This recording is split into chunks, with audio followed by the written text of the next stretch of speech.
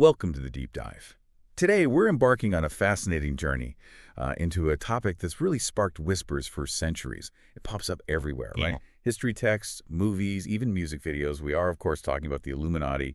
For a lot of people, the name just conjures these, vivid images of shadowy figures secretly controlling governments. Or pulling strings behind celebrities, that kind of thing. Exactly. Yeah. But what's the actual story here? Is there, like, a kernel of truth to this global conspiracy idea, or is it just an elaborate, maybe captivating myth? That's precisely what we're aiming to uncover. Our mission in this deep dive, really, is to trace the whole journey of the Illuminati. So from its actual historical start as a genuine 18th century society Right. through its pretty dramatic and, frankly, quick end. Uh-huh. And then its surprising second life, as this powerful force in modern conspiracy theories and pop culture.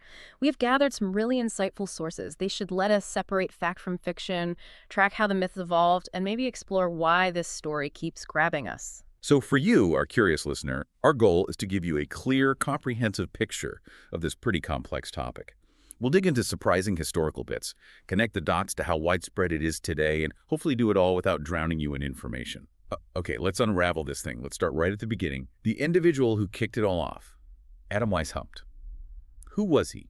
What really drove him to create something that became so, well, infamous? Right. Johann Adam Weishaupt, he was born in Ingolstadt, Bavaria, February 6, 1748. He was a German philosopher and also professor of law at the University of Ingolstadt. His godfather, Johann Adam von Eichstätt, was a big proponent of Enlightenment rationalism, and that really influenced Weishaupt heavily. And here's where it gets particularly interesting. In 1773, Pope Clement XIV suppressed the Society of Jesus, the Jesuits. Okay. And Weishaupt stepped into a role that, until then, was exclusively held by Jesuits, professor of canon law. Canon law, so church law, basically. Exactly, governing the Christian church. And this whole experience, it seems, really fueled his already strong anti-clerical views. Okay, so you've got this Enlightenment thinking, this strong anti-church feeling. How did that actually lead to founding the Illuminati? Well, on May 1st, 1776, Weishaupt started the Bund der Perfectibilisten, which means Covenant of Perfectibility in Bavaria. Perfectibility, huh? Yeah. He later changed the name to Illuminate Norden, Order of Illuminati. Illuminatus is just Latin for enlightened. And Weishaupt himself used an alias within the order, Brother Spartacus. Spartacus, okay. And their goals, what were they trying to achieve? They were remarkably ambitious for the era. Their stated goals were to actively oppose superstition, obscurantism, deliberately keeping things unclear, religious influence in public life, and abuses of state power. They really had this vision of liberating humanity from religious bondage, undermining corrupt governments. It was all about fighting traditional religion and pushing for pure rationalism. That sounds incredibly revolutionary, almost utopian for the time, but maybe surprisingly ambitious given the politics back then. Did they grasp the resistance they'd face, or were they maybe a bit too idealistic? And what about the structure? That's a good question. The structure itself kind of reflects that mix of idealism and, well, control. It had this elaborate network. Spies, counter-spies, isolated cells reporting up to unknown superiors. Wow. A structure later picked up by other groups, actually, but internally, despite the lofty goals, it was definitely not egalitarian.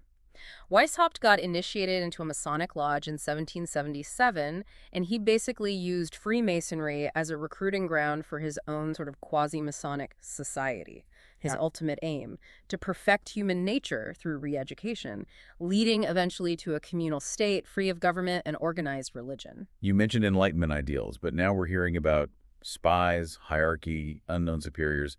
That feels a bit contradictory for a group supposedly about independent thought, right? Yeah. Did the sources hint at how members squared that circle, or was it a big problem? That brings up a really crucial point, because contrary to Immanuel Kant's famous idea of enlightenment daring to use your own reason, Weishaupt's order actually prescribed in great detail what members had to read and think. Really? So not so independent after all. Yeah. Not really. Scholar Dr. Wolfgang Riedel pointed out that this whole approach actively prevented the independence of thought Kant talked about. Illumination happened under the direction of the superiors of the order. So the irony is, despite these grand ideals, the dictatorial internal structure meant members weren't truly encouraged to think for themselves. It kind of betrayed their own Enlightenment principles from the inside. Huh. So the takeaway from its actual history seems to be that even groups founded on big ideals can just unravel from internal contradictions, not just outside pressure. Given that tension, how did they manage to expand? And what finally brought it down? Well, initially they had three grades: novice, minerval, and illuminated minerval. They were looking for specific types: Christians of good character, rich, docile, willing to learn, aged 1830. Quite specific. Who was excluded? Explicitly excluded Jews, pagans, women, and monks. A really key figure in their growth was Adolf Freiherr Nigg. He was recruited late 1780. Nigg was crucial in organizing their rituals and really expanding the society's reach. But eventually, Weishaupt actually confessed to Nigg that the whole superiors thing, the order's supposed antiquity, it was mostly made up. Fictions. The higher degrees hadn't even been written yet. Wow. Okay, so Nick finds this out. Right. What does he do? Well, Nigg then developed his own new system of grades, more elaborate, included Masonic grades and mysteries. And this actually boosted recruitment further. The order grew fast, got powerful backers, people like Johann Wolfgang von Goethe, Johann Gottfried So Herder. seriously, Goethe was a member. Yep, Goethe, Herder, even dukes and princes like Ernest II of Saxe-Gotha-Altenburg. Yeah. By late 1784, they had about 650 verifiable members, though some claimed up to 2,500 if you counted members of Masonic lodges they said they controlled. So rapid growth, influential members. But it sounds like those internal cracks were getting wider. Absolutely. Weishaupt's style was becoming more and more dictatorial.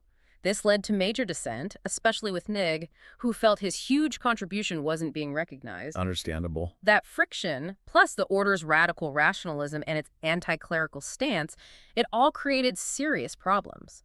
So July 1784, Nigg officially left by agreement, and with him gone, Weishaupt lost his best theorist and recruiter. The final nail in the coffin really came from within Bavaria itself. Members got indiscreet, made politically dangerous boasts. Not very secret for a secret society. Exactly. Public criticism of the monarchy ramped up. The society's existence became common knowledge, along with names of key members. Plus, accusations about promoting anti-religious writings were piling up. So how did the Bavarian government react to all this noise? Karl Theodor, the Elector of Bavaria, basically the ruler there, got pretty alarmed. He moved quickly, banned all secret societies, explicitly including the Illuminati, with an edict on March 2nd, 1785. And that was it. That was basically the death blow in Bavaria. It effectively shut them down there. Weishaupt lost his university job, fled to Gotha, lived under Duke Ernest II's protection, kept writing about Illuminism until he died in 1830. But after the ban, members scattered. The actual historical order of Illuminati. It left behind, and this is a direct quote from a source, no enduring traces of influence. A real flash in the pan. It's almost funny, isn't it, how quickly they disappeared, only to morph into this huge, terrifying phantom in pop culture. Really shows the power of narrative over reality. Even if the original group faded fast, their symbols certainly didn't. That all-seeing eye in a triangle is probably the most recognized one. Where did that symbol actually come from, and how did it get latched onto the Illuminati? Yeah, it's fascinating because the Eye of Providence, which is its proper name, has a history way older than the Illuminati, older even than Freemasonry. During the Renaissance, it was actually a Christian symbol of divinity, representing God watching over humanity. You see it in religious art, like Pontormo's Supper at Emmaus from 1525. A Christian symbol. Okay, didn't expect that. And if you go back even further, 3rd millennium BCE, the Sumerians used this enlarged eye in sculptures to convey a sacred essence, like ceaseless vigilance.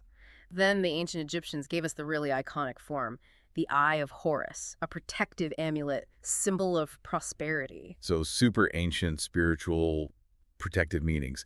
How in the world does it end up on, say, the US dollar bill? Seems like a leap. Well, the Egyptian motif found its way to Europe during the Renaissance. Then later, late 18th century, think post-revolution France. Right. You see the Eye of Providence on Jean-Jacques François Le Barbier's 1789 Declaration of the Rights of Man and of the Citizen, symbolizing paternalistic vigilance over the new nation. Over in Britain, Jeremy Bentham's Panopticon prison design, that circular prison. Yeah, the one where the guard can see everyone. That design also featured it, like a watchful sentinel. And across the Atlantic, the unfinished pyramid and the Eye of Providence ended up on the Great Seal of the United States. Okay, the Great Seal.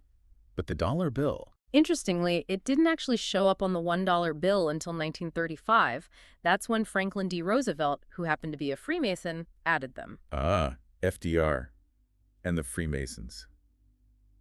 What's their link to the symbol and the Illuminati myth? Well, the historical Illuminati definitely drew inspiration from Freemasonry. And the Eye of Providence did appear sporadically in Masonry, symbolizing the supreme architect, or God.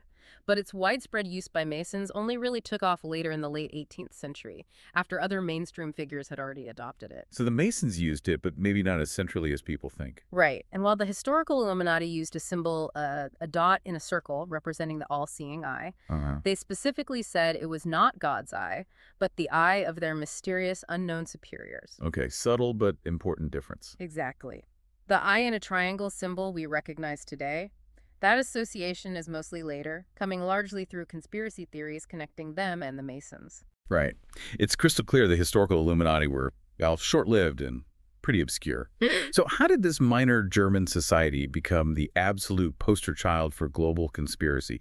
What was it about those specific books you mentioned, or maybe the mood of the times, that made them blow up like that? That's one of the most captivating parts, isn't it? Despite dying out historically, the idea of the Illuminati just took on this incredible life of its own, largely thanks to two key figures, Augustin Birrell, an ex-Jesuit, Okay. and John Robison, a Scottish mathematician, and, interestingly, a Freemason himself. Between 1797 and 1798, Birrell's memoirs illustrating the history of Jacobinism and Robison's proofs of a conspiracy, they both just sensationally pushed this theory What theory exactly? that the Illuminati hadn't died out at all, that they survived underground and were secretly behind the French Revolution. Wow, okay. Blaming them for the French Revolution. Yeah. Robison argued they'd infiltrated Masonic lodges across Europe for the express purpose of rooting out all the religious establishments and overturning all the existing governments of Europe. Big claims. So these books basically invent the modern global conspiracy theory. How did that idea spread so fast and so far? Well, Birrell, for instance, he pushed this theory that Jews, Freemasons, and the Illuminati were all in it together. Their goal, demolish monarchies, get rid of the Vatican, establish a reign republic. That sounds pretty inflammatory. Extremely. It's worth noting, Birrell himself later decided not to republish his book. He apparently feared it would lead to a massacre of the Jews. Right? But the narrative caught on like wildfire among British conservatives, spread through newspapers, magazines, sermons from clergy, and this raises a vital point for folks in the New World. Over in the United States, ministers like Jedediah Morris and Timothy Dwight actively spread the rumor. Ministers in the U.S. Yeah, they linked it to the really contentious 1800 U.S. presidential election, even accused Thomas Jefferson of being tied to this modern elimination. Jefferson. Wow.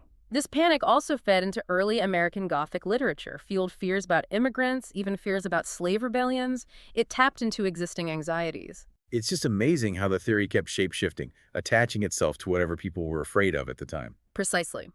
Then in 19th century France, this nasty anti-Semitic angle really emerged. Birrell had hinted secret societies were ruled by a Jewish sect. Later, Edouard Drumon's book La France Rêve in 1886 went even further, claiming Adam Weishaupt himself was secretly Jewish. Just layering on the prejudice. Exactly. Then jump to the early 20th century, especially in the UK. You get figures like Nesta Helen Webster.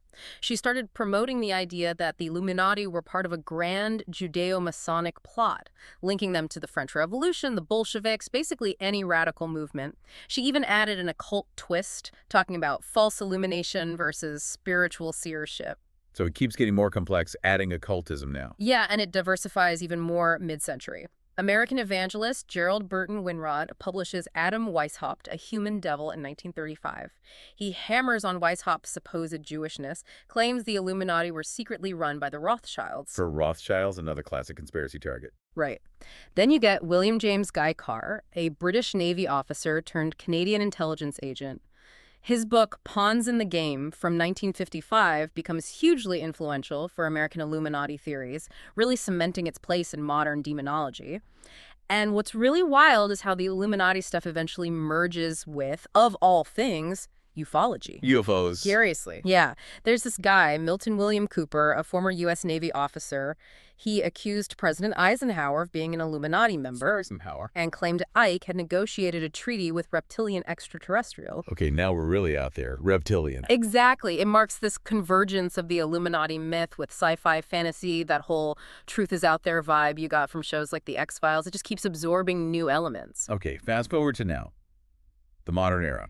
You basically can't scroll through social media or read YouTube comments on a music video without seeing Illuminati confirmed. How did this old German society become such a constant fixture in pop culture conspiracy? That's a great question, and it's kind of twofold. Reddit discussions suggest the modern Illuminati meme often just playfully grabs common shapes, eyeballs, triangles, and gives them this mystical meaning after the fact, often as a joke. Right, the meme version. But then around maybe 2008 to 2012, there was this noticeable surge in sincere accusations, really aimed at mainstream pop stars. The core theory now is that celebrities are in this secret society. Either they joined willingly for fame and fortune, Sold their soul kind of deal. kind of, yeah, or they're being manipulated through mind control. MK Ultra type stuff sometimes gets thrown in, and supposedly they're used to push occult ideas or sexually deviant behavior, or maybe just distract us all from the New World Order's real global plotting. So any big image change is suspect. Exactly, like Britney Spears growing up or Miley Cyrus's infamous VMAs performance, stuff like that gets pointed to as evidence of Illuminati control or programming. So it's moved beyond just symbols to this idea of direct control over artists. But what specific symbols are people pointing to these days? Well, the classic infamous iron pyramid is still huge. Triangular hand gestures like the Rockefeller diamond sign, Jay-Z's sign, yeah. or even just covering one eye in photos, that's a big one. But it's interesting how often symbols get completely misinterpreted. Like Lady Gaga used a pink triangle in her Born This Way video. Which has clear LGBTQ plus historical meaning. Absolutely, but some people jumped on it as a satanic symbol. Or Katy Perry using ancient Egyptian stuff in her Dark Horse video got hit with the same kind of accusations, totally ignoring the actual context. What's really striking, though, is how the music industry almost seemed to lean into it, didn't they? Or at least use the accusations. How did they flip a conspiracy theory into a marketing gimmick?